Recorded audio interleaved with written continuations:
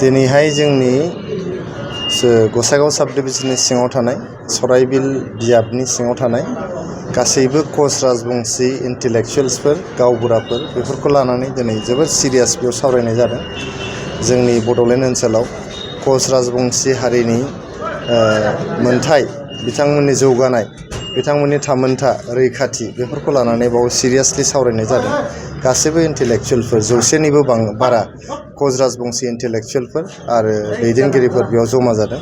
जमा जानानै बिथांमोना सावरायदों। दिनैहाय आसामनि मानगोनां केबिनेट मन्थ्रि लिरगिरि साहित्य एकाडेमि बान्था मोनगिरि आरो जोंनि बर'फोरनिल' नङा आसामनिनो सासे सिगां सारिनि दैदेनगिरि उर्खाव गोरा ब्रह्म सारा बेयाव थानानै गोबां बाथ्रा बेयाव बुंदों। जोंनि गसाइगावनि मानगोनां एमएलए जिरन बसुमतारी साराबो बेयाव थानानै गोबां बाथ्रा बेयाव बुंदों आरो जोंनि कच राजबंशी हारिनि जे मेलेमजिबिफोर आरो दैदेनगिरिफोर बिथांमोना गावसोरनि हारिनि रैखाथि थामोनथा आरो मोनथायनि जौगानायनि सोमोन्दै गोबां बेवहाय सुबुरुन होदों आरो गोबां दाबिफोर बिथांमोना खालामदों। जोङो जिहेतु बड'लेण्ड ओनसोलाव दिनै सान्थि गायसननो हाबाय। सान्थि गायसननो हाग्रोमोनानो जों गुबुन गुबुन हारि माहारिफ्रा बोरै गोरोबलायनानै रायजो जालायनो हायो, जोङो माब्रै मोनसे हारिया गुबुन मोनसे हारिखौ हेफाजाब होलांनो हायो, जोंनि हारिमुनि फोथाराव राव थुनलाइनि फोथाराव जोंनि सिनायथिनि फोथाराव गासैबो जोङो गावजों गाव हेफाजाब होलायनानै बोरै दावखोलांनो हायो। थांनाय समाव जि जालांबाय फैगोन समाव जोङो बोरैहाय गावजों गाव अनलायनानै फाफ्लिजों फाफ्लि गोबालायनानै जों दावखोलांनो हायो बेफोर बाथ्राखौ दिनै बेयाव सावरायनाय जादों। सावरायनाया जोबोद ओंथि गोनां जादों आरो बयबो सुर मोनसेजोंनो बुंदों जे जोंनि बिटिआरआवहाय प्रमद बर' सारखौ फिन खनसेबाव जोङो चिफ महरै नायनो लुबैयो आरो जोङो बिथांखौ फिन खनसेबाव चिफ बानायनो थाखाय बयबो खामानि मावगोन होननानै बिथांमोना रादाय होदों।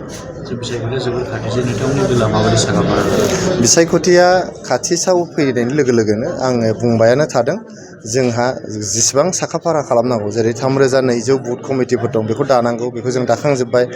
445 प्राइमारि कमिटिफोर आरो 420 भिसिडिसिफोर आरो 40 ब्लक कमिटिफोर आरो 10टा डिस्ट्रिक्ट कमिटि आरो लोगोसे सेन्ट्रेल कमिटि जोंना गासिबो साखाफारा जाजोब्बाय आरो जोंनि प्रमद बर' सारा जे इउपिपिएलनि गोबां बिबांनि एमसिएलएफोर देरहानानै बिथाङा एबार गोख्रों सासे बिटिआरनि चिफ जानो थांगासिनो दङ, बियो खाथां जाबाय। बिपिएफ दोलोखौ बुंनांगौ जेबो गैया। बिपिएफ दोलो बे जिहेतु जोंहा बिटिआरआ बा भारतबर्षआ जोंना गणतन्त्र हादोर, बेयो सुबुं दारा खान्थिजों सोलियो। बेयाव साफ्रोमबो मानसियानो मोनथाय दङ, मोनफ्रोमबो हान्जायानो मोनथाय दङ। गतिके बिपिएफ दोलोहाबो मोनथाय दङ बिसायख'थि गेलेनो थाखाय।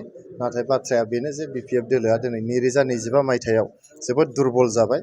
बिथांमोना दिनैहाय बिसायख'थि देरहानो हाजासे बिथांमोनहा मददगिरि गैला, सापर्टार गैला, दैदेनगिरि सासे सानैल' दंसै आरो गोबां दैदेनगिरिफ्रा बिपिएफआव भबिसत गैला होननानैनो बिपिएफ दोलोखौ नागारजोब्बाय। गतिके दिनै रायजो राजाफ्रा बिपिएफनि नावआव गाखोनानै गोदोफानो गोसो गैला। बयबो रायजो राजाफ्रा बिपिएफखौ नागारनानै दिनै इउपिपिएल हान्जाखौ हानजा मदद होनो ओंखारबोबाय। गोबां साख्रि होबाय। मास्टारखौनो 6000निबो बांसिन दिनैसिम होबाय 4 बोसोराव।